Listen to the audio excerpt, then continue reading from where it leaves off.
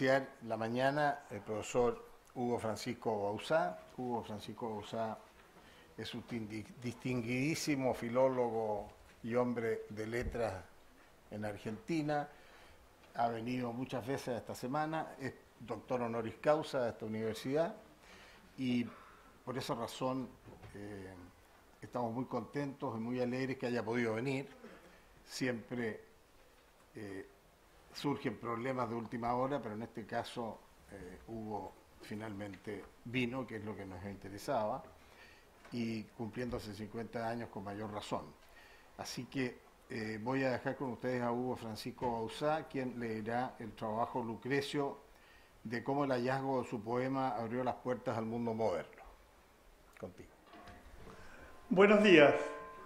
En primer lugar, quiero muy especialmente agradecer al querido amigo Raúl Bonocore y a la comisión directiva de esta semana por haberme invitado a estar hoy ante ustedes.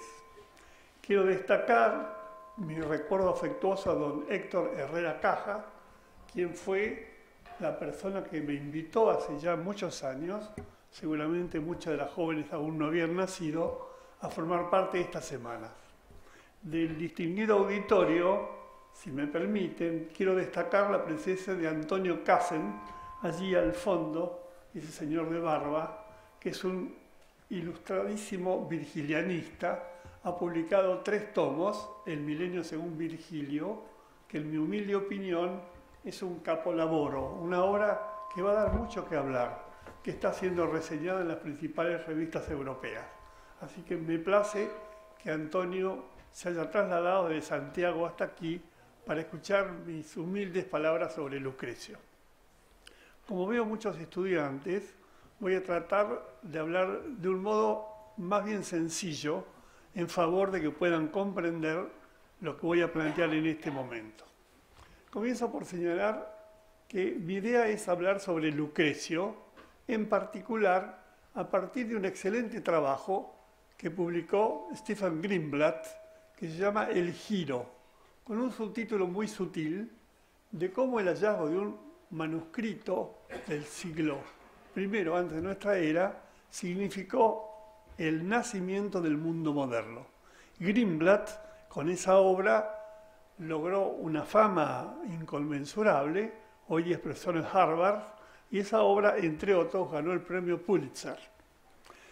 ¿Quién es Lucrecio? Lucrecio es un personaje enigmático, de quien es más lo que se desconocía que lo que se conoce. Era un personaje del mundo romano, escribió en latín, utilizó un método tradicional, el examen dactílico, y es autor de una sola obra, al menos lo que se conoce, conocida con el título de Rerum Natura, es decir, acerca de la naturaleza de las cosas. O podríamos en lenguaje más llano decir simplemente la naturaleza. El título latino de Rerum Natura es la traducción al latín de una perífrasis griega, perificios, que significa precisamente acerca de la naturaleza, es decir, es el estudio de la física. En consecuencia, debemos prestar atención a los presocráticos, porque varios de los presocráticos trabajaron obras conocidas como perificios. ¿Qué es el poema de Lucrecio? Es un largo poema, presuntamente inconcluso, que en su estado actual tiene 7.415 versos. Y digo presuntamente inconcluso porque, contrariamente a lo que preconiza el poeta a lo largo de toda la composición, que es la búsqueda del placer, el temor a los dioses, que habría que desterrarlo, para señalar finalmente el tema con el que se clausura el poema, que es la peste de Atenas, tema que conocíamos muy bien gracias a la magnífica descripción que de ella nos proporciona Tucídides. Entonces digo que sorprende que un poema destinado a la búsqueda del placer termine con un tema extraño, que es el tema de la muerte inmortal. Y es curioso porque presuntamente a partir de esa idea es que Virgilio compone sus Geórgicas y también la Eneida. En consecuencia, la figura de Lucrecio en la antigüedad clásica ha sido una figura de valía en todo sentido, a tal punto de que una famosa carta que Cicerón escribe a su hermano Quinto, del 11 de febrero del 54, Cicerón le dice: el poema de Lucrecio descuella por su arte y por su ingenio. Pero Cicerón, que está en la línea estoica académica, se abstiene de emitir opinión sobre el poema de Lucrecio porque el poema de Lucrecio es epicureísta. Es decir, estaba en la vereda de enfrente de Cicerón. Pero Cicerón alaba el arte, el ingenio del poema. Y según tradición, habría sido Quinto, el hermano de Cicerón, quien habría editado el poema. Ahora, sobre Lucrecio cayó una damnatio memoria, es decir, una condena al olvido, porque las ideas epicureístas que preconiza atentaban contra un ideal platónico, atentaban contra la idea de la inmortalidad del alma. Así que todos los idealistas, los platónicos y posteriormente los cristianos, se ocuparon deliberadamente en silenciar el poema e incluso en hacerlo desaparecer. Esto llega al siglo V, en que San Jerónimo, un personaje muy singular de la historia de la Iglesia, a quien la Iglesia beatificó y santificó, Jerónimo dice lo siguiente, lo cual suena a perogrullo, suena a una verdad inventada. Dice que Lucrecio murió a los 43 años por suicidio y que su mujer, como Lucrecio se habría olvidado de los deberes conyugales, su mujer le había proporcionado una pócima amatoria, en lenguaje moderno un Viagra de la antigüedad, con lo cual Lucrecio habría caído en locura y que víctima de esa locura, de esa apaxia, Lucrecio se habría suicidado.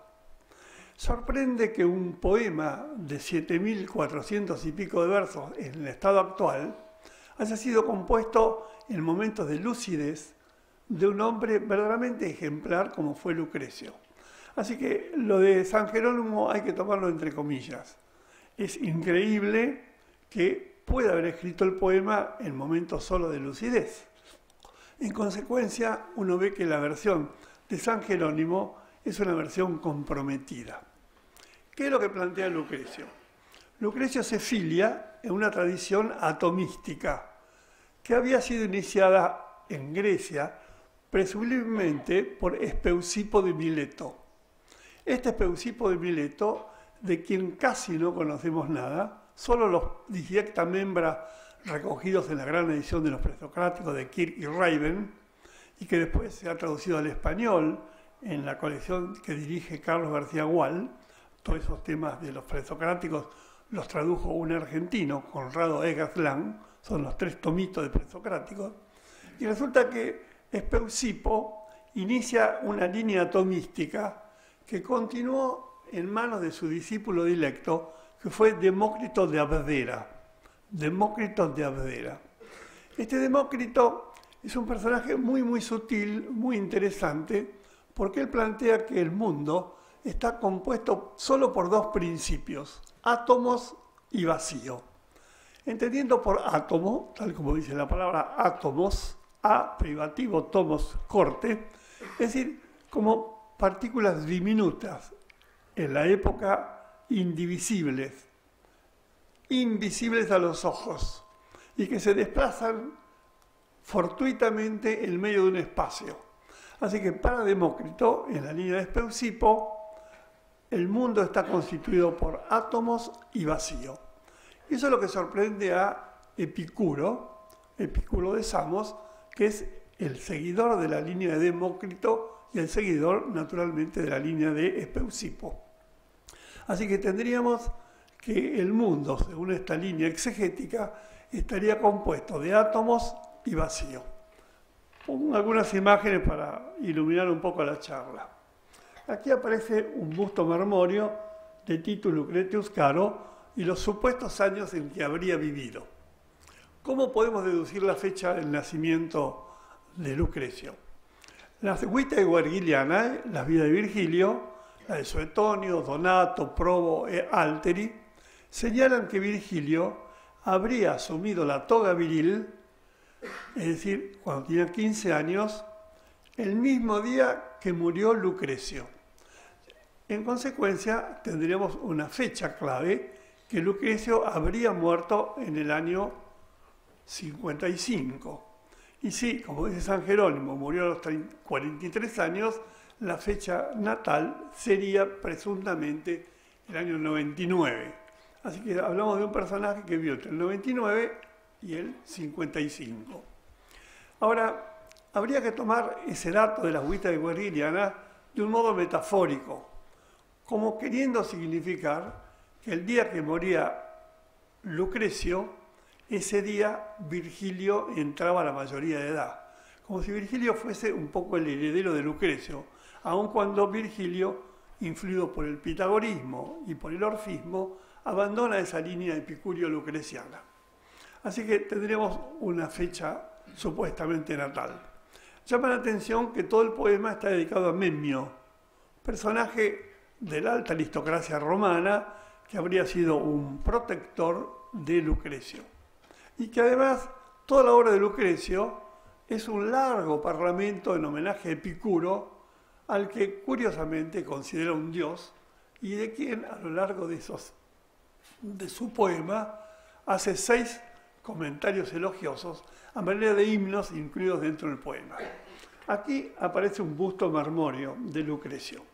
Para los estudiantes les cuento lo siguiente.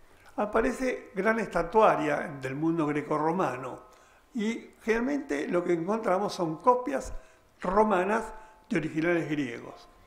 Es muy fácil saber si es una copia o no, porque las obras griegas de alta calidad todas están hechas con mármol de Paros, mientras que las copias romanas en su gran mayoría son de mármol de Carrara. Así que habría una distinción química donde uno, según el tipo de mármol, perfectamente podría saber si es un original o no. Esa es como una primera medida. Y además, sepan que el mármol de Paros es probablemente el mármol más fino de Europa. Es el mármol en el que están hechos la Venus de Milo y las grandes esculturas de la antigüedad clásica. Cuando ustedes vayan a Grecia, para el que no haya ido, camino a Santorini, está la isla de Paros, que es una isla blanca, sorprendente, toda la isla es de mármol, y allí se han encontrado una famosa estela marmórea que se partió en 2 partes, una está en el Museo Arqueológico de Atenas y la otra parte está, como imaginarán, en el Ashmolean Museum, en el Museo Británico. Y en esa estela marmórea del mármol de Paros, ahí están consignados los grandes hechos de la historia cultural griega e incluso los nombres de muchísimas de las obras trágicas presentadas en las festividades dionisíacas antes de Esquilo, Sófocles y Eurípides. Así que Paros es un sitio muy, muy singular. Y habría que recordar, si tienen presente, que en una famosa novela de... Caramba, la neurona se me escapó. Me refiero a La muerte en Venecia, la obra de Thomas Mann, del Toti Benedict. En La muerte en Venecia, por allí Thomas Mann alaba la cabeza de Tazio, que le parecía una cabeza esculpida en mármol de Paros. Es decir, hay una permanente referencia al mundo de Paros. Así que esta es una copia romana, hecha en mármol de Carrara, de un supuesto busto de Tito Lucretius Caro.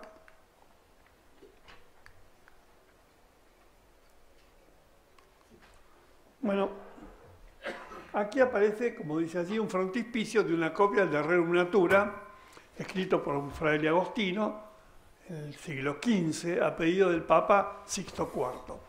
Ustedes ven ahí la letra capital, la A en la parte superior, pintada en un color cárdeno, que es el color típico del mundo papal y el color de los emperadores. Es un color que simbólicamente aúna el rojo de la sangre y el negro de la muerte. Hay toda una simbología. Hay estudiosos como Barbour, Panofsky, Klivansky, Sacco, que han estudiado la simbología de ese color. Así que vemos que ya en el siglo XV, que es el siglo en el que Poggio Bracciolini descubre el poema, ya el poema había alcanzado una notoriedad celebérrima, ¿no? Esta es una edición, como ustedes ven, iluminada, es decir, ilustrada con imágenes. Bueno, acá está el comienzo del poema. ¿Qué es el poema de Lucrecio? Es un poema en el cual Lucrecio expone la teoría epicúrea. Es decir, que el mundo está compuesto solamente por átomos y vacío. Lucrecio no habla de átomos, los llama archai, primordia, principia, es decir, elementos que equivalen a lo que nosotros entendemos por átomo. Entendiendo estos archai, estos principia, como si se tratara de elementos materiales invisibles a los ojos, a los cuales se habría llegado no por una experimentación fenomenológica, sino por una mera lucubración conceptual, porque no había todavía microscopio que pudiera verlos. Además, todavía no existía la física cuántica, consideraba que esos elementos eran indestructibles y que estos elementos, por una ley de gravitación natural, caían en un vacío. Pero sucede que en circunstancias incomprensibles, azarosas, el tema de la tüge, el tema del azar, a veces algunos de esos átomos, probablemente por una dimensión distinta, tomaban una desviación, que en griego se llama parénclesis, que los latinos tradujeron como clinamen, de ahí la palabra declinación, y que a causa de esa declinación, estos corpúsculos provocaban una desviación cósmica, es decir, había una desviación de orden atómico. Pero en la medida que estos corpúsculos son indestructibles, son eternos. Así que, como dice Borges en un cuento maravilloso al cual me referiré, el cuento El Inmortal, el primer cuento de la colección El Aleph, si las partículas atómicas son indestructibles, sabemos por ley de Lavoisier que en el mundo nada se pierde, sino que todo se transforma. El gran topos de Ovidio en la Metamorfosis. Y sucede entonces, según dice Borges, que en las partículas de mi organismo podría ser que hubiera un átomo, por ejemplo, de Homero, de Odiseo, de Ulises, de Byron, porque en el fondo esas partículas son indestructibles y son eternas. Por lo tanto, según Borges, yo soy Hugo, pero puedo ser algo de Homero, puedo ser algo de Ulises, si es que en mi organismo físico hay alguna partícula que provino de estos personajes. Por eso Borges subraya la idea del inmortal. Tema muy interesante. Destaco que cuando Borges armó la colección del Aleph, esos 17 cuentos celebérrimos que lo catapultaron a la fama, Borges antepuso a esos cuentos el inmortal, que según Borges es el cuento que le llevó más tiempo, el cuento sobre el que más lucubró, sobre el que más trabajó, y que antes de incluirlo en el Aleph, lo había publicado en una famosa revista de Buenos Aires, la revista Anales, que Borges dirigió en una época. Así que fíjense la importancia del pensamiento lucreciano, pues saltando siglos llega al mundo contemporáneo. Y esa reflexión de Borges se conecta con una extraña circunstancia que ocurrió en el año 1587. Apareció una edición de El poema de Lucrecio, de Rerum Natura. Esa edición saltó de mano en mano hasta que, a principios del siglo XX, un señor que era bibliotecario de uno de los colleges de Oxford lo encontró en una librería de viejo y compró la edición en un precio accesible.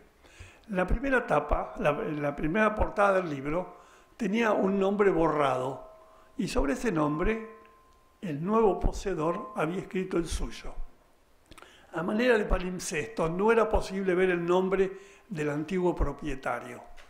Pero resulta que en la tercera guarda del libro, me refiero a un ejemplar del de Rerum Natura, en la tercera guarda aparece como nota marginal una inscripción donde alguien habría escrito: si la idea de que los átomos son eternos e inmortales, es probable que en mi organismo esté presente algún átomo de Lucrecio.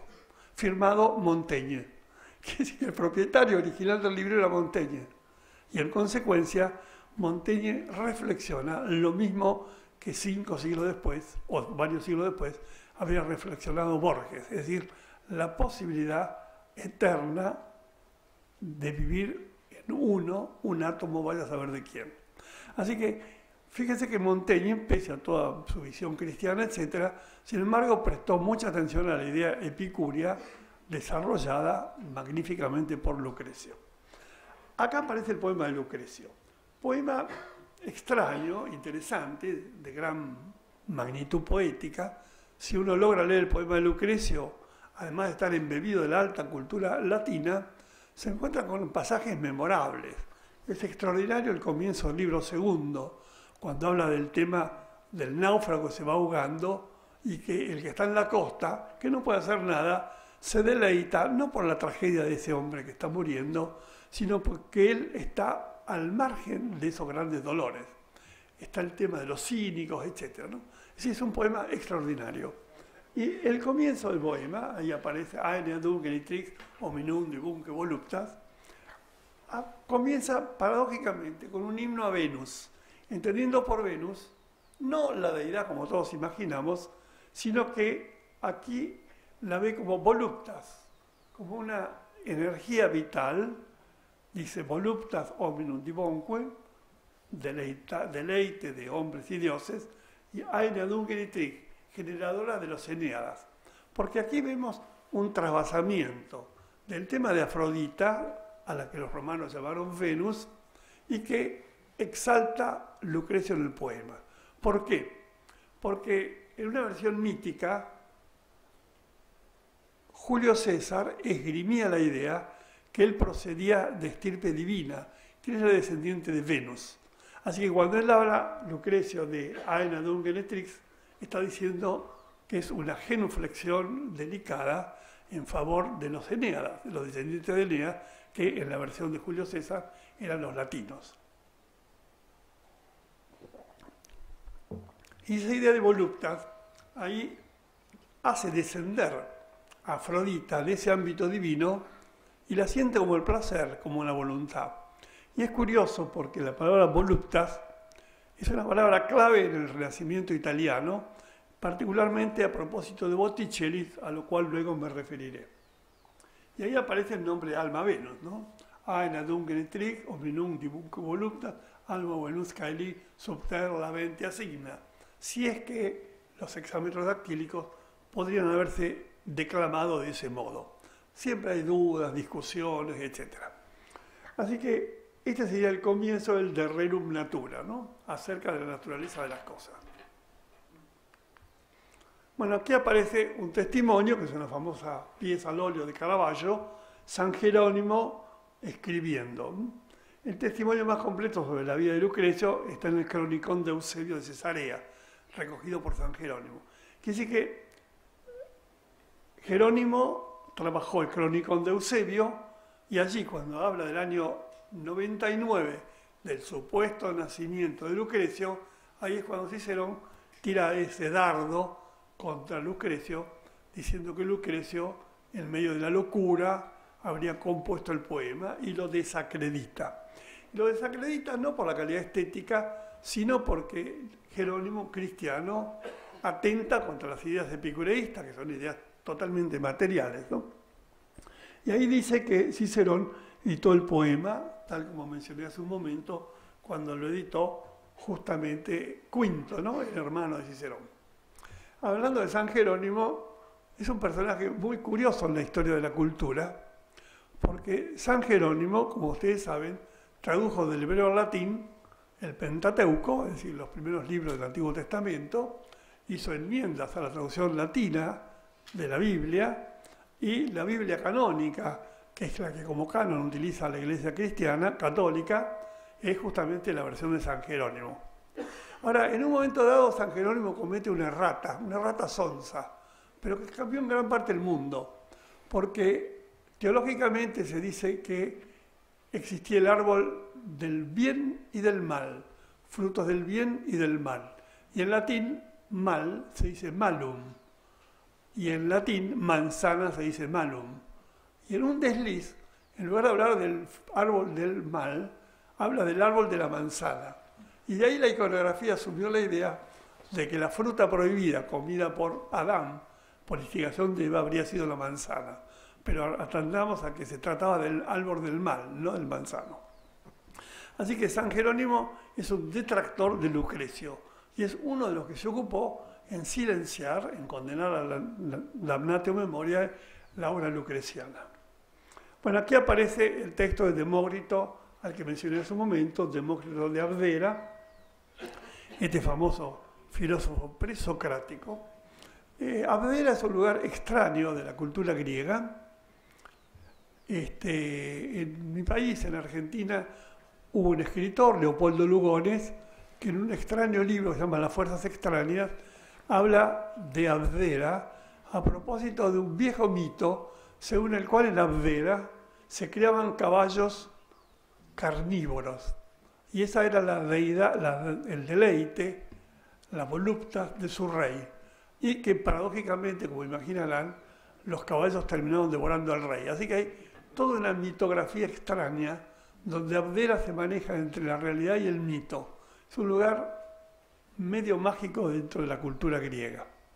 De ahí el famoso Demócrito. Y aquí aparece el busto de Epicuro. Epicuro procedía de Samos. Samos era una isla griega que había logrado ciudadanía ateniense por una circunstancia bélica que no viene a cuento.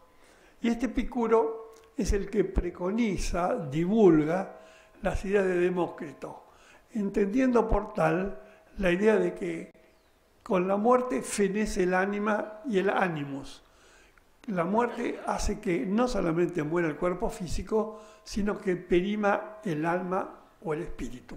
En consecuencia, no habría nada después de la muerte.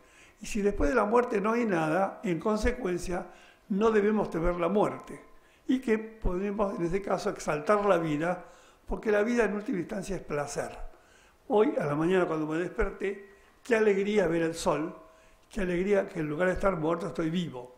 Entonces, la idea es una especie de carpe diem, de aprovechar el momento en que estoy viviendo y que debo asumir la vida como placer y no como dolor. Epicuro y Demócrito no se preocupan de los dioses. No sé si existen o no existen, pero si es que los dioses existen, están allá arriba en los intermundia, los dioses no se preocupan de nosotros, en consecuencia nosotros no debemos preocuparnos de los dioses. Así que la idea epicureísta es aventar la idea de los dioses, aventar el temor de la muerte y tomar la vida como un acto de placer. De ahí viene una equivocación, porque si uno a cualquier persona de la calle le pregunta qué es un epicureísta, lo primero que esa persona responde, y es un gozador, es el que goza de los placeres sensuales, es el que goza con la buena comida, con la buena bebida, al hombre que le gustan las mujeres, a las mujeres que le gustan los hombres. Y es exactamente lo contrario, porque ese sería el gozo sensual, el gozo empírico. El gozo epicureísta es el gozo interior, es la ataraxia, es la búsqueda de la imperturbabilidad, es la idea de apartarse de la contingencia y tener la vida interior. Es lo que los latinos llaman la tranquilitas animi, la tranquilidad de espíritu. Es decir, el logro de un equilibrio emocional. Así que las ideas epicureístas son ideas que abundaron fuertemente en el mundo antiguo. Y este Epicuro lo plantea en una cantidad de obras hasta hace poco en gran parte desconocidas. Solo se conocía, por ejemplo, unas máximas que había dejado, que están recogidas en una sentencia vaticana, en una famosa carta a Meneceo, pero poco más de eso no hay sobre Epicuro, hasta que ocurrió un famoso descubrimiento en la ciudad de Herculano, a la cual voy a referirme. Para los jóvenes, si les interesa tener una idea del epicureísmo, existe un bello libro sintético, sustancial, donde todo está muy bien dicho, escrito por Carlos García Gual, que se llama Epicuro. Así que a los jóvenes les sugiero esa lectura.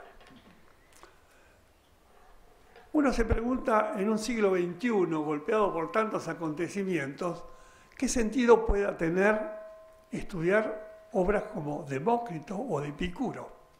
Fíjense la importancia básica, radical, que estas obras tuvieron. Por ejemplo, Carlos Marx, a quien guste o no guste, es uno de los grandes personajes que conmovieron políticamente el siglo XX y parte del XXI. Carlos Marx hizo su tesis doctoral, allí está el frontispicio de la tesis, versando sobre la diferencia entre la filosofía de la naturaleza de Demócrito y la de Epicuro. Esa es la tesis de Marx que escribió en 1841. Así que Carlos Marx estuvo interesado en Demócrito y Epicuro. Einstein leyó Demócrito y Epicuro. Y hay muchas referencias en la obra de Einstein a la teoría de Demócrito y de Epicuro. Heisenberg, el famoso premio Nobel de Física, también alude a Epicuro. Es decir, son personajes que curiosamente han conmovido el siglo XX. Por ejemplo, el caso de Freud. Freud, como ustedes saben, y como muy bien ha explanado nuestro querido amigo Francisco Marshall, no sé dónde anda, se escapó. No, está aquí, está aquí, está aquí. ¿Cómo? Acá. Ah, perdón.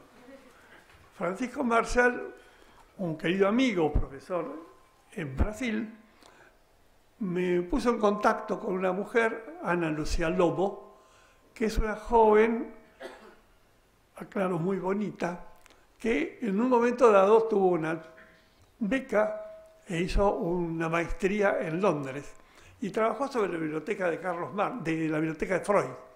Y en la biblioteca de Freud lo que sorprende, lo que llama la atención, es que todo lo que se ve en Freud, más que trabajo de psiquiatría como uno pretende imaginar, son estudios de historia del arte. Y esta Ana Lucía Lobo publicó esa tesis de maestría donde hay un registro muy largo de toda la obra colectada por Freud.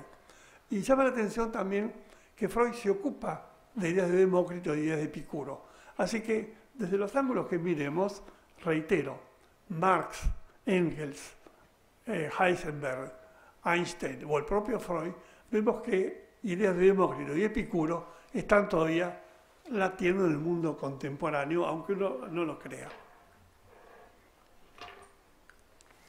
Bueno, ahora, reitero, la obra de Lucrecio estuvo perdida, silenciada. Hasta el siglo XV no se podía leer Lucrecio, porque había sido sepultada en una especie de olvido por sus detractores deliberados, que eran los cristianos, naturalmente, porque justamente Lucrecio preconiza que el alma muere con el cuerpo. Hasta que llegamos a un personaje curioso, que es Lucio Calpurnio Pisón Quesonino. Este personaje fue cónsul, hizo todo el cursus honorum y terminó siendo propretor en Macedonia. Macedonia pasó a ser una provincia romana, este fue propretor en Macedonia, es decir, tuvo el poder absoluto, ser una especie de gobernador, y este señor hizo lo que generalmente hacían los romanos, saqueaban todo lo que podían en lugares conquistados, pero este hizo algo peor, algo que le censura Cicerón, pues saqueó los templos. En consecuencia, llevó todo a su mundo. Y este Cayo Calpurnio Pisón Quesonino, en Hercolano, hizo una villa, una gran casa quinta, donde naturalmente estableció un ámbito cultural. Y ahí formó una biblioteca. Pero a la sazón tener una biblioteca no es lo que hoy podemos tener en una biblioteca común, sino que es una gran biblioteca con anaqueles donde se colocaban los volúminas, los rollos papiráceos. Ahora, tener la biblioteca implicaba tener un bibliotecario. El bibliotecario no es que fuere una persona meramente acopiadora de los datos, sino que era el que entendía de esos libros y que en consecuencia, en torno de sí, armaba un discipulado. Y ese bibliotecario fue Filodemo de Gádara.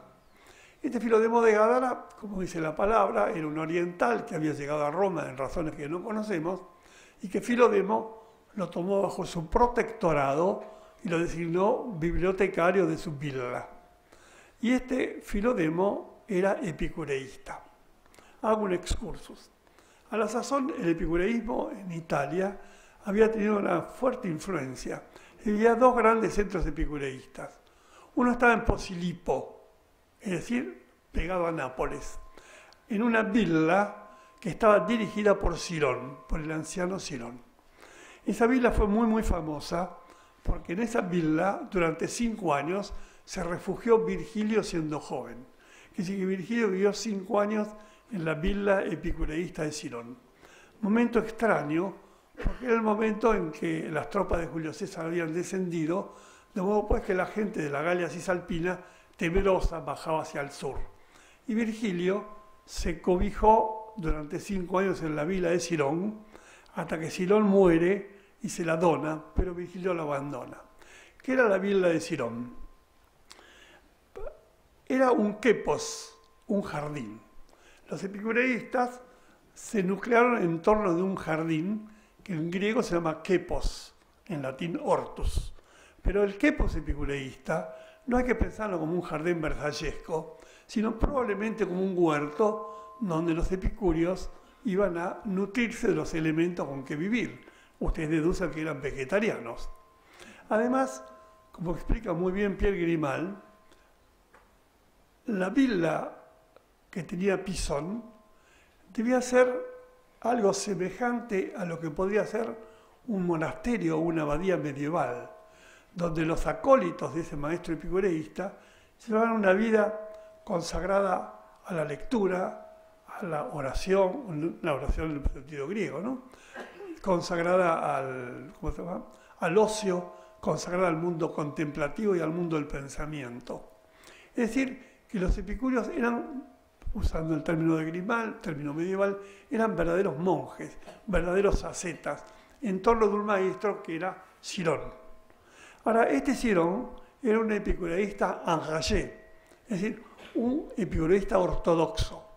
Para los epicúreos la clave de la existencia, la tranquilidad del ánimo, se logra apartándose de las pasiones. Y por allí se menciona que las pasiones poderosas son 3. Una es el amor. El amor puede llevarnos al cielo, pero nos puede llevar también al infierno. Aquí esa es una pasión peligrosa. Acuérdense de que Virgilio en una de las bucólicas dice amor omnia vincit et nos quedamus amori. El amor vence todas las cosas, entreguémonos por tanto al amor. Es decir, es una pasión irrenunciable. Hablo del amor en sentido profundo. En segundo lugar, hay que apartarse de la poesía, porque según Cirón, la poesía, en un sentido existencial, conmueve, sacude. Y en tercer lugar, hay que apartarse de la política, porque la política es enajenante. Así que, según este epicureísmo engagé, habría que apartarse de la política, de la pasión y del amor.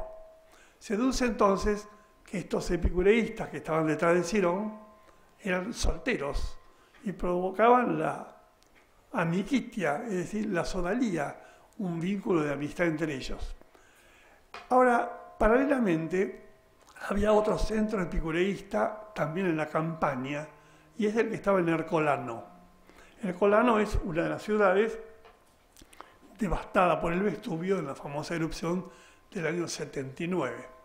En consecuencia, habría que pensar qué características tenía la villa epicureísta de Ercolano, dirigida por Filodemo de Gádara. Reitero, Filodemo de Gádara era epicureísta, pero no era un epicureísta engagé, es decir, extremo como Cirón, sino que en el epicureísmo de Filodemo de Gádara se podía practicar la poesía. No una poesía existencial de corte trágico, sino una poesía menor, lo que Catulo llama las núgae, las bagatelas, una poesía circunstancial. Y el propio Filodemo componía poesía. Así, por ejemplo, invitaciones a una comida, invitaciones a celebrar el nacimiento, el cumpleaños del maestro, etc. Así que sería un epicureísmo un poco más laxo. Y también se hacía política, no en el sentido de la praxis política, sino que se teorizaba sobre la política. En consecuencia, para los epicureístas de la línea de Filodemo de Gádara, se podía teorizar sobre la política, aunque no hacer política práctica. El propio Filodemo es un autor, el propio Filodemo de Gádara es autor de una obra vinculada con la política. Ahí está el retrato de este Lucio Carpunio Pisón Quesonino. Digo 2 pequeñas cosas sobre este personaje.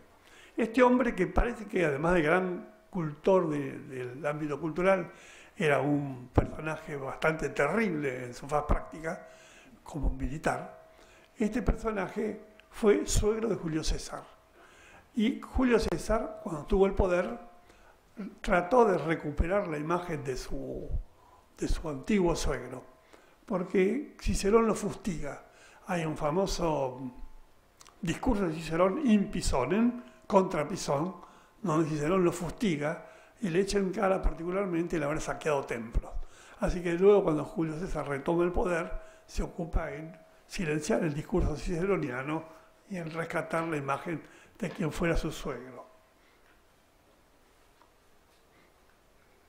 Bueno, aquí hay una reconstrucción hipotética, como todas las reconstrucciones, en la Villa Getty. Nunca sé bien si es Getty, Getty, pero lo he oído pronunciar de 25 maneras. Resulta que esta es la construcción que los Getty hicieron en Malibú, en California, donde supuestamente estaría imaginada cómo habría sido la villa que este señor Pisón habría hecho construir en Ercolano. Como ven, existe un ámbito muy particular, ahí faltarían las estatuas, porque a lo largo de esta pequeña fontana estaban las estatuas enfrentadas.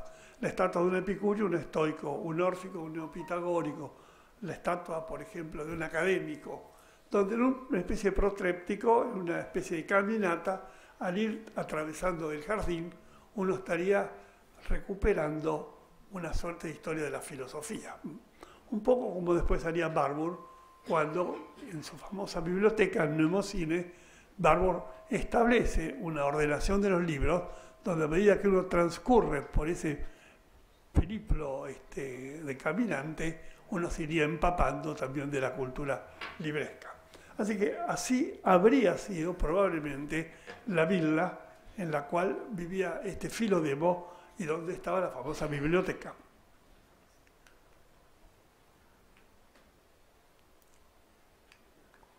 Bueno, este es el actual de la villa de Pisón, donde estaba la famosa biblioteca. Y ahí estaban los rollos papiráceos. Ese es el estado actual. Había una biblioteca griega que fue exhumada y se supone que habría también una biblioteca latina. Es un espacio relativamente chico, más o menos de 4x4, donde en una suerte de nichos, como pasa en los cementerios contemporáneos, se depositaban los rollos papiráceos. Ustedes saben que los rollos de papiro se envolvían en una suerte de rollo que se llama volumen, plural los volumina, y que esos volumina eran depositados en esos nichos y que se rotulaban con un nombre, el protocolo, de ahí viene la palabra protocolo, y se enrollaban en torno de una varilla, el umbilicus. Y en consecuencia, todo eso estaba depositado en la biblioteca griega. Esos rollos de papiro, durante la erupción volcánica del Vesubio, se calcinaron y se transformaron en algo que parecía que eran troncos de árbol quemados, carbonizados. Y la misión borbónica, que vivió y estuvo allí trabajando, a esos rollos se los llevó a París. En París hay dos grandes bibliotecas nacionales, la antigua y la nueva, y en la antigua biblioteca ahí están depositados esos rollos. Pero resulta que en determinado momento alguien se percató de que no eran troncos de árbol quemado, sino que eran rollos de papiro carbonizados. Entonces alguien con la uña empezó a desplegarlos y se encontró con que era una especie de tela de cebolla, donde había capas superpuestas, pero naturalmente al desenvolverlas se rompía, se craquelaba y no se podían abrir. Entonces la gran preocupación vino cómo desenrollar todo ese corpus papiráceo. Y por ahí a alguien se le ocurrió llamar a un tal Piaggio,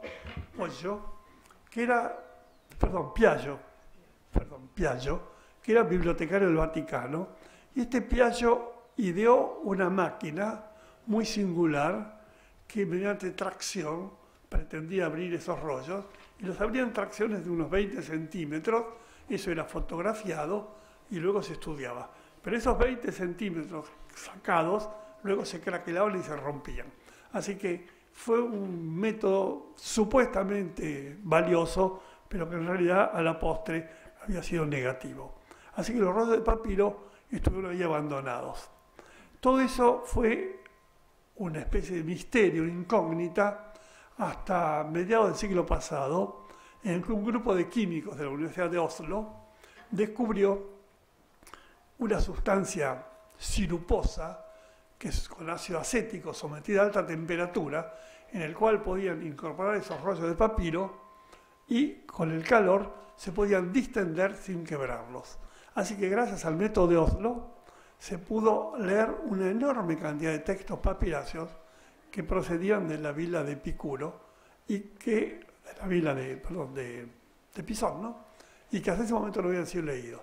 Así que gracias a ese método se descubrieron enorme cantidad de obras de Epicuro y de algunos presocráticos y obras también desconocidas.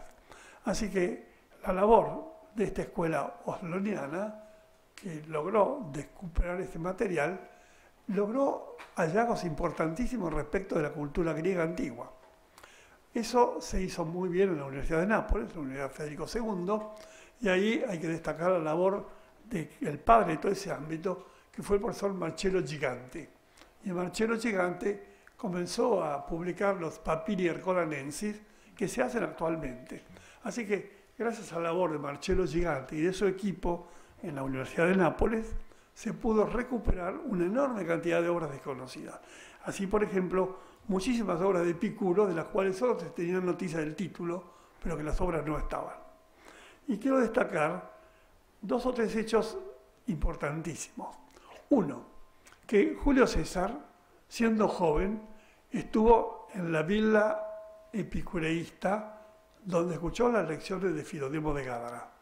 Y Filodemo de Gádara hablaba sobre la monarquía.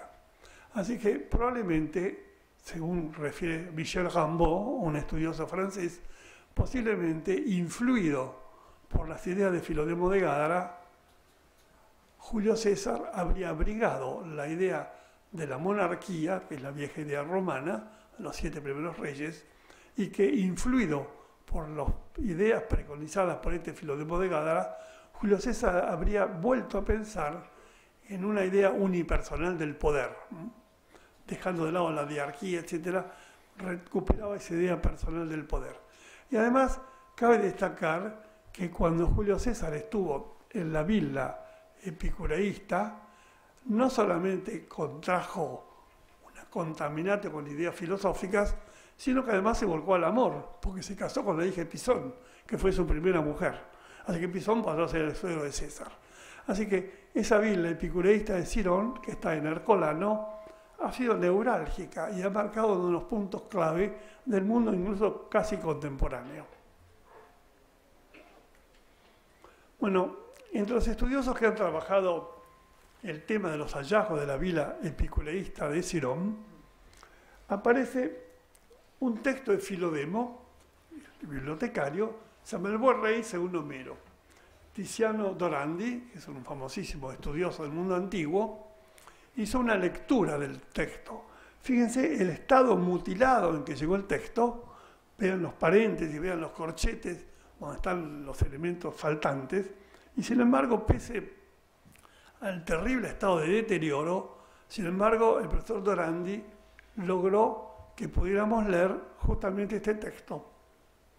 En los Papiri Ercolanensis, las ediciones del volumen, están enfrentados el texto griego y el texto de la lengua moderna del estudioso que lo trabajó. Quiere decir que el texto de Dorandi, como ustedes imaginan, es un texto bilingüe griego-italiano, pero hay otros textos que son griego-alemán, griego-francés, según el estudioso que lo haya trabajado. Se encontró un tratado de música, un tratado de retórica, hay un tratado de psicología. Es decir, que gracias a la biblioteca de Filodemo de Gádara se ha logrado recuperar un caudal ingente de material griego hasta entonces desconocido. Se presume que par de la biblioteca griega habría una biblioteca latina que se desconoce.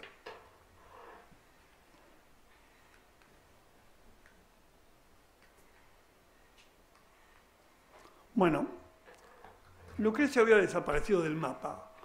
Como se dice ahora, lo habrían condenado al olvido. Es lo que modernamente se habla en política de la cultura de cancelación. Hay que cancelar al enemigo, borrarlo del mapa. Y el pobre Lucrecio estuvo borrado del mapa hasta el siglo XV. Hasta que el señor que está allí en la pizarra, perdonen la facha, pero parece que era así el señor este, hasta que en 1417, en el monasterio de Fulda, este señor que es Poggio Bracciolini logra descubrir el poema. Quiere decir que el revival de Lucrecio se debe al año 1417, gracias a Poggio Bracciolini, que está ahí en la pizarra.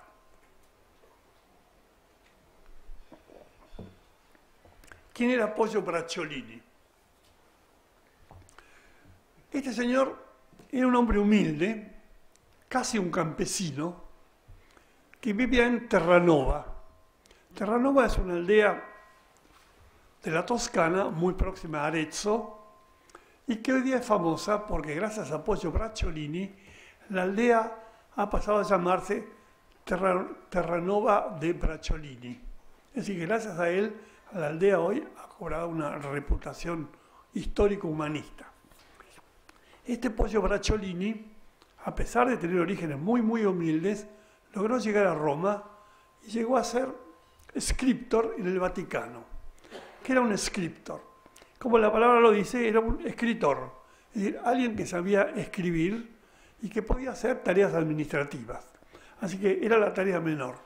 Según tradición, para la época de Bracciolini, habría en el Vaticano unos 100 scriptores. Curiosamente, ascendió, dada su inteligencia, y llegó a ser secretarius apostolicus. ¿Qué era el secretario apostólico? El secretario apostólico era una dignidad que se le otorgaba a un civil que trabajaba en el Vaticano. Había seis secretarios apostólicos. Sería algo así como en el Estado Vaticano contemporáneo, como un ministro, que está al lado del Papa. Pero además, este Bracciolini, dada su inteligencia, su fidelidad a la autoridad, etc., llegó a ser secretario secretus. El secretario secretus es algo así como el secretario privado del Papa, el que logró la absoluta confianza del Papa y al quien el Papa le abre su secreto, de ahí el nombre. Así que fue escritor, fue secretario apostólico y luego fue secretario secretus. Y este señor, Bracciolini, fue secretario apostólico de 7 papas, que es decir, que estaba absolutamente embebido en la política vaticana. Era un civil, no era religioso. ¿Qué cosa le vemos a este personaje? Primero, su abuelo, pese a que era de familia muy humilde, tenía una letra clarísima. Y Bracciolini, influido por la escritura carolingia, inventó la cursiva o bastardilla, la itálica, la letra manuscurrente que utilizamos todos los días. Así que todos los días que escribimos y trabajamos esa línea unitiva, en realidad se lo debemos a Bracciolini, a quien debemos agradecerle. Además, codifica la letra redonda, es decir, establece la distinción entre la letra manuscrita común y la letra capital. Es decir, que fue un calígrafo de primerísimo orden. Ahí hay, por ejemplo, una muestra de la escritura de Poggio Bracciolini. Es un escritor de primerísimo nivel. En Argentina existe una editorial, Ampersand, que edita justamente todos los textos y libros que tienen que ver con tipografía. Como sabrán, Ampersand es ese dibujito que parece una lira, que equivale a et, y así siguiendo, ¿no?, que aparece siempre en la grafía británica. En consecuencia, el editor Ampersand ha editado justamente gran cantidad de textos que proceden de la historia de este Bracciolini. Ahora, el momento clave de la historia de Bracciolini tiene que ver con un momento curioso de la historia de la Iglesia, que en fines del siglo XIV y comienzo del XV, la Iglesia cristiana había caído en un cisma. El cisma, que habría durado entre 30 y 40 años, se provocó a causa de que 3 dignatarios esgrimían ser papa. Uno, bueno, habría que dar un momento anterior. Alejandro V era papa, ahí están las fechas, y durante el cisma había realizado una serie de viajes para fortalecer su poder. Y uno de los viajes estuvo en Bolonia. Fue un hecho muy extraño, muy curioso, merced a lo cual luego incriminaron al papa siguiente, porque este papa fue invitado a cenar en Bolonia. Y cenó muy bien, pero al otro día apareció muerto. La versión circulante es que habría sido envenenado con arsénico. Y parece ser que todos los dardos fueron arrojados contra la figura del papa posterior, que fue Baldassare Cosa, que era justamente el arzobispo, el cardenal de Bolonia, quien supuestamente habría sido el causante de la muerte de su predecesor. Así que, muerto Alejandro V, la sitia papal habría estado ocupada simultáneamente por Baldassare Cosa, que era cardenal y arzobispo de Bolonia, y quien se había impuesto desde Roma como papa. Y había tomado el nombre de Juan XXIII. Curiosamente, después del juicio contra Baldassare Cosa, fue destituido como papa, fue rota su insignia, fue roto su anillo, fue rota su tiara y fue considerado antipapa. Así que el nombre Juan XXIII fue borrado de la lista de la historia papal, de la cual vamos por 200 y pico de papas. Hasta que, no hace muchos años, el cardenal Roncalli asumió de nuevo el nombre de Juan XXIII, así que cuando uno habla de Juan XXIII tiene que pensar en Roncalli, ¿no? Porque el otro Juan XXIII fue cancelado de la historia papal. Pero además de Baldassare Cosa, que parece que era un hombre de fuste, de valía política y de manejos no santos del poder de la Iglesia, además de él estaba Pedro de Luna, que se había atrincherado en Perpiñán y se presentaba como Benedicto XIII y estaba en Aviñón. Así que la corte papal de Aviñón fue una corte, digamos, de gran fuste, ¿no? Y también murió a causa de arsénico, que probablemente le habría propiciado su cabarlengo, es decir, su asistente personal. Pero además de estos dos supuestos papas, paralelamente estaba Angelo Correr, que era un véneto, que poco después renunció y se había presentado como Gregorio XII como figura ahí. Aparte, este Correr murió relativamente pronto, así que dejó el tema del papado en una posición tensa entre Baldassare Cosa y Pedro de Luna.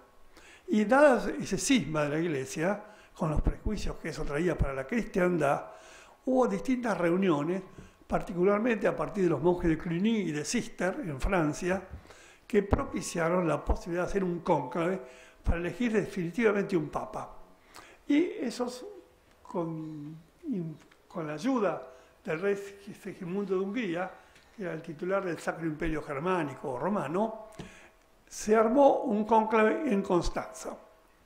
El cónclave de Constanza está extraordinariamente descrito en la obra de Stefan Grimblat, a la que me referí hace un momento, porque Grimblat explica quiénes fueron a ese cónclave armado en Constanza y de qué manera se llevó a cabo el cónclave. Por ejemplo, Baldassare Cosa, según consigna el profesor Stefan Grimblat, llegó con 600 adláteres, es decir, 600 personas que lo acompañaban. Aparte se presentó vestido de blanco, que es el color diáfanos, el color con que tradicionalmente se nombra al Redentor, el color con que Daphnis en la bucólica quinta de Virgilio resplandece una vez que se ha transfigurado. Y apareció no solamente vestido de blanco, sino que iba montado en un caballo blanco y llevaba dos palafreneros también vestidos de blanco, dos condes. Y además llevaba una tiara blanca, llevaba un baldaquino blanco, es decir, era como la encarnación de la divinidad. Había tenido un percance porque el carruaje en que él viajaba desde Roma hasta Constanza, el carruaje derrapó a causa de la lluvia y él tomó ese presagio como un presagio negativo. Así que el resto del viaje lo siguió a caballo. Este fue Baldassare Cosa. Hay varios historiadores que se han detenido a hablar del Concilio de Constanza y se estima tentativamente que habrían llegado a Constanza, esta pequeña ciudad frente al lago homónimo, habrían llegado para el cónclave unas 100.000 personas. No solamente 100.000 personas, sino que se habla de 20.000 caballos que de golpe habrían llegado a Constanza, es decir, que habrían transformado totalmente la ciudad. Un historiador de la época apunta a algo más, dice que había habido un contingente de unas 600 prostitutas que habían llegado a causa de la enorme afluencia de gente que había llegado a Constanza. Así que en Constanza se arma un cónclave donde se decide poner en tela de juicio a esos supuestos 3 papas y elegir al principal. Y ahí a Baldassare Cosa le pasó algo inusitado, porque a pesar de que él se movía en una zona supuestamente bajo su influencia, sin embargo fue acusado. Y fue acusado de una serie de cargos, entre ellos el cargo de haber asesinado con arsénico al papa precedente. Pero de todos los cargos que le enrostraron, el cargo principal, que parece que lo habría conmovido más, habría sido un epicureísta. Es decir, cómo el jefe de la cristiandad, alguien que tendría que defender la idea del espíritu, preconizaba ideas epicureístas según las cuales el espíritu moría con el cuerpo. Así que a Baldassare Cosa lo aprisionan y está 2 años y medio preso en la prisión famosa de Heidelberg. Ahora, Poggio Bracciolini, este scriptor, este secretario apostólicos, este secretario secretus, era secretario secretus del Papa Baldassare Cosa. En consecuencia, de golpe, se vio desprotegido. Su protector había sido encarcelado, así que él temió por su propia vida y decidió huir de Constanza. Así que Baldassare Cosa se escapa y decide emprender lo que era su sueño.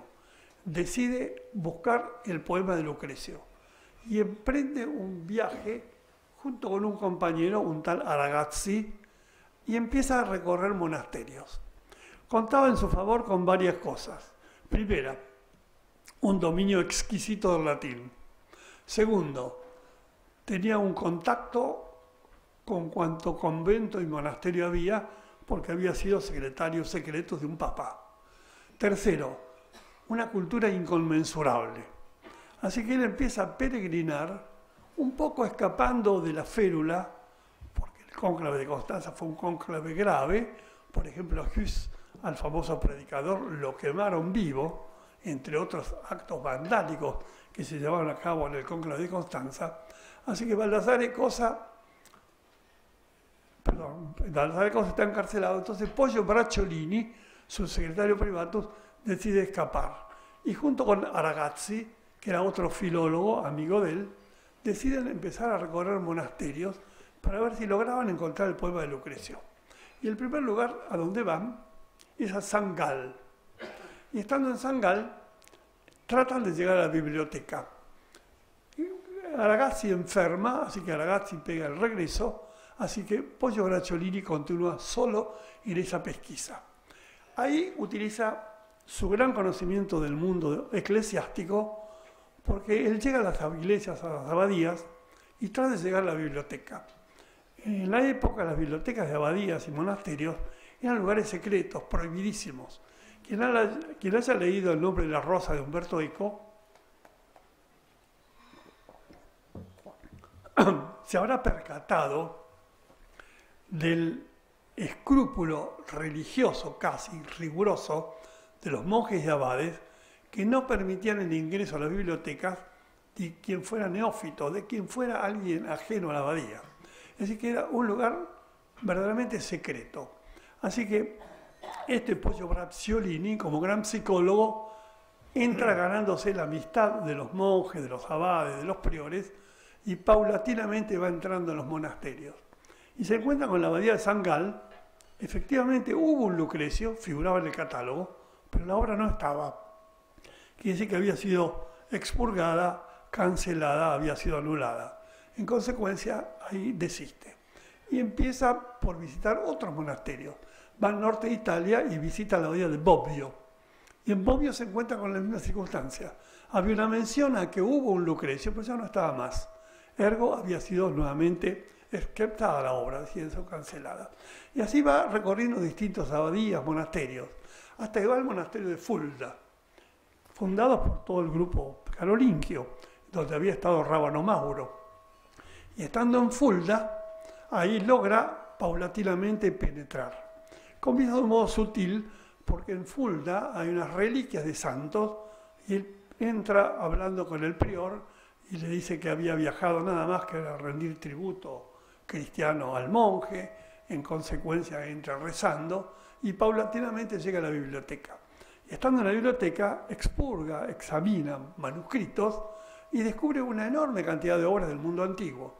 Por ejemplo, obras de Silvio Itálico, descubre el comentario de Donato a Virgilio, entre otras obras, un poco la misma labor de pesquisa que en otra época había hecho Petrarca.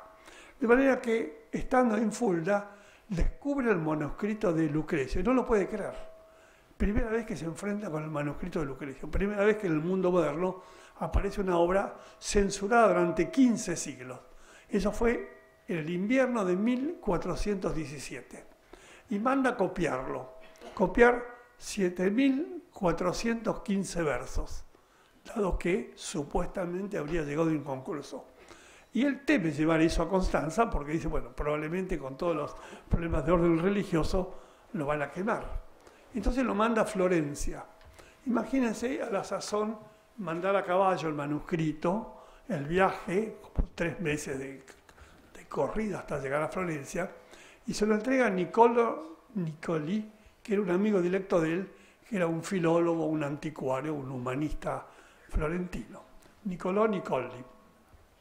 Y resulta que tiempo después reclama el manuscrito y este Niccolò Nicoli no se lo quiere entregar. Así que hay una disputa entre Poggio Bracciolini y este Niccolò Nicoli respecto de la obtención del manuscrito. Y el manuscrito tuvo un éxito pasmoso porque fue copiado. Hay de ese año varias copias y durante el siglo XV, reitero, se encuentra en 1417, durante el siglo XV hay constancia de que hubo 53 copias y circuló por distintos lugares de Europa. El manuscrito llegó a París, llegó a distintos sitios itálicos, así que las ideas lucrecianas en el siglo XV tuvieron un revival notorio, gracias al manuscrito. Y ese manuscrito llega a la corte medicea, que es donde me quiero detener, porque la corte medicea en ese momento era un punto neurálgico de Europa. Ahí estaban los Medici, grandes cultores del arte, y el manuscrito llega a esa corte donde hay personajes clave. Está Nicolás de Cusa, está Poliziano, que estaba escribiendo sus estances, está Maquiavelo, está también Botticelli. Así que los grandes cerebros artístico-culturales de la Europa del siglo XV están aposentados en Florencia en torno de la figura estelar de Lorenzo de Medici. Y ahí deslumbra nada menos que a Ficino, Marsilio Ficino, el gran humanista que a pedido de Lorenzo de Medici había dejado toda su labor de Hermes Trismegisto, su estudio de Hermes, y se había abocado a traducir a Platón y a escribir la famosa teología platónica. Y se sabe que Marsilio Ficino estuvo impresionado por el poema de Lucrecio y escribe una serie de comentarios del poema de Lucrecio.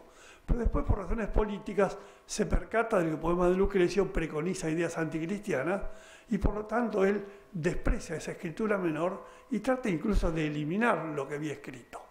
Sorprende porque el poema de Lucrecio fue leído, comentado y transcripto por Maquiavelo. Que sí que de golpe un personaje como Maquiavelo, que sacude el mundo contemporáneo, de golpe está totalmente influido por el poema lucreciano. Así que el poema de Lucrecio tiene de golpe, reitero, un revival, al punto tal que preocupa a la Iglesia. En el sínodo florentino de 1516, el poema es cancelado, prohibido, entra en el índex de los libros prohibidos. Pero ya el poema había trascendido Italia, había llegado a Francia. Los monjes de Cluny y de Cister, pese a la gran religiosidad mística, leen el poema y aparecen copias del poema incluso en lo que hoy es Inglaterra. Así que aparece un revival. Pero de todas maneras, no solamente influye en el grupo de los pensadores del momento, reitero, Nicolás de Cusa, Ficino, Poliziano, etc., sino que influye básicamente en Botticelli.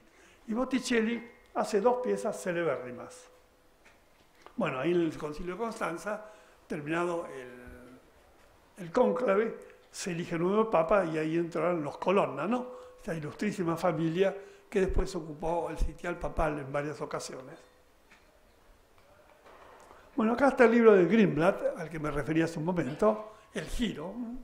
el cambio, el clivaje, y ahí explica abajo cómo el mundo moderno empezó gracias a este manuscrito, ¿no? Reitero, la obra está traducida en español, muy bien traducida, editada en Barcelona. Reitero, recibió el premio Pulitzer, entre otros premios, ¿no? Greenblatt, profesor de Harvard. Aquí está nuestro querido amigo Francisco Marshall, que en Princeton le escuchó a Greenblatt, según me dijo, 2 conferencias. Y aquí aparece Botticelli.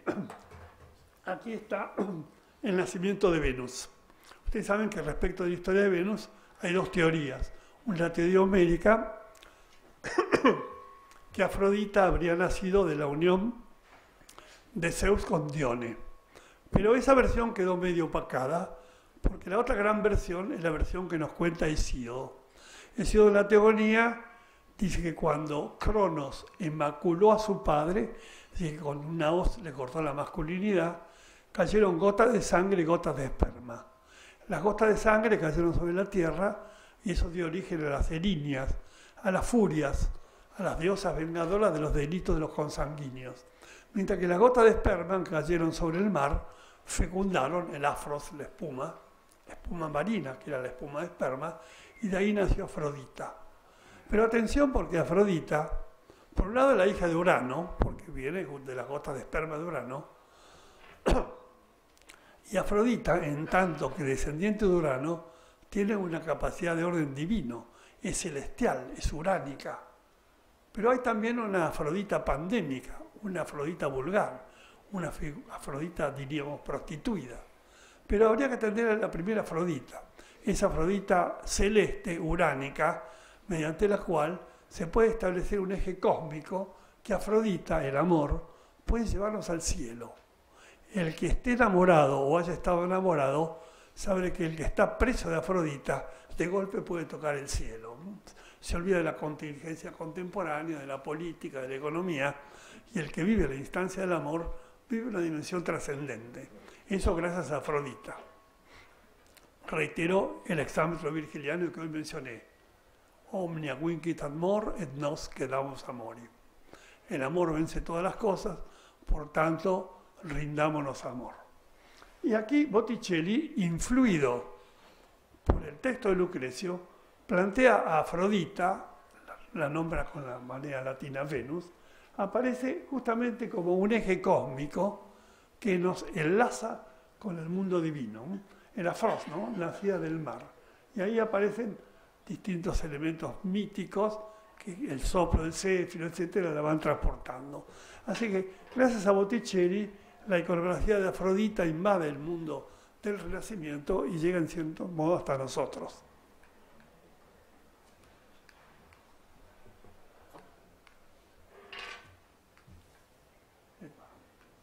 Esto es un infiltrado. Acá hay otro ejemplo de Botticelli, donde habla de la primavera, porque tal como dice Lucrecio, la llegada de Afrodita implica el reverdecimiento del mundo. Es un soplo vital, una energía, un soplo energético que insufla vida por doquier. Las especies animales se hunden, los vegetales afloran, el mundo se cubre de flores, los hombres se acoplan para dar nacimiento a la vida. Y ahí aparece nuevamente la primavera, que en cierto modo simboliza la imagen de Afrodita. El tema este conmovió a un personaje importantísimo de la cultura alemana, me refiero a Aby Warburg, y Aby Warburg vivió muchos años en Florencia haciendo su tesis doctoral sobre Botticelli. Y ahí descubre, detrás de estos 2 cuadros, todo un planteo iconográfico, iconológico de gran profundidad, donde muestra la fuerza vital del amor. En nuestro país, me refiero a la Argentina, en la Academia de Ciencias, en un momento en que hubo un congreso que yo organicé, estuvo invitado el profesor Marshall, aquí presente, y él hizo una exposición magnífica de una exégesis de este cuadro, donde hay toda una simbología, donde el eje pasa por Afrodita, por Venus, por la primavera. Y reitero, detrás de todas estas imágenes está presente el poema de Lucrecio, es Alma Venus, Venus alma, que alimenta al Venus que da un aliento vital. Y donde Venus no hay que entenderlo como deidad, sino que hay que entenderla como el soplo vital que energiza la vida. Todo eso se debe a Lucrecio. Así que el poema de Lucrecio alcanza una pregnancia importantísima y significa, según explica muy bien Grimblat en la obra que mencioné, el descubrimiento del mundo moderno.